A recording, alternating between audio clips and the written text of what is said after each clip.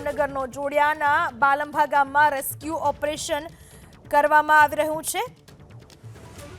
પાણીના પ્રવાહમાં ફસાયેલા 83 લોકોનું રેસ્ક્યુ કરવામાં આવી રહ્યું છે। જામનગરમાં જોરદાર વરસાદ પડ્યો, જેના પરિણામે કેટલાક લોકો પણ ત્યાં ફસાઈ ગયા। પાણીના પ્રવાહમાં ફસાયેલા 83 લોકોનું રેસ્ક્યુ ઓપરેશન હાથ ધરવામાં આવ્યું।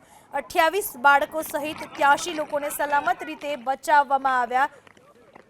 આ વિશે વધુ માહિતી આપવા આપણી સાથે જોડાઈ ચૂક્યા છે અમારા સંવાદદાતા રવિ બુદ્ધદેવ। રવિ, શું સ્થિતિ સર્જાઈ હતી, કઈ રીતે રેસ્ક્યુ ઓપરેશન કરાયું?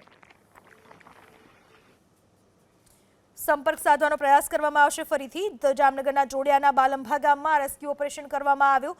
પાણીના પ્રવાહમાં ફસાયેલા 83 લોકોનું રેસ્ક્યુ ઓપરેશન કરાયું, જેમાં 28 બાળકો સહિત કુલ 83 લોકોને સલામત રીતે બહાર કાઢવામાં આવ્યા। પાણીના પ્રવાહની વચ્ચે ભયંકર સ્થિતિમાં રેસ્ક્યુ ઓપરેશન કરવામાં આવ્યું। ફાયરના જવાનોએ આ તમામને બહાર કાઢ્યા છે। લોકો પોતાની થોડી ઘણી વસ્તુઓ પણ બચે તો બચાવવાનો પ્રયાસ કરતા નાના થેલા લઈને બહાર નીકળતા નજરે પડ્યા। જામનગરના જોડિયાના બાલંભા ગામમાં આ રીતે રેસ્ક્યુ ઓપરેશન કરવામાં આવ્યું।